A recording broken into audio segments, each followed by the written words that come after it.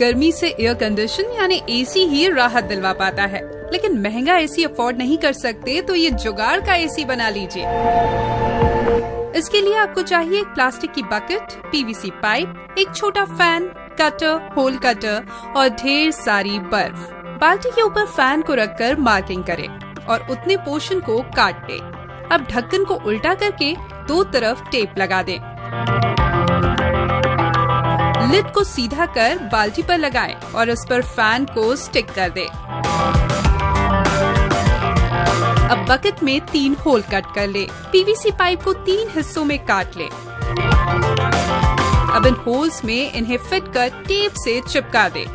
अब ढेर सारी बर्फ डाल दे और लिड से बकेट को कवर कर दे। आपका जुगाड़ एसी तैयार है। इसे पूरी तरह से सील कमरे में चला सकते हैं। थोड़ी देर में आपका कमरा अच्छी तरह से ठंडा हो जाएगा। बस इसमें आपको बार बार बर्फ डालते रहना होगा।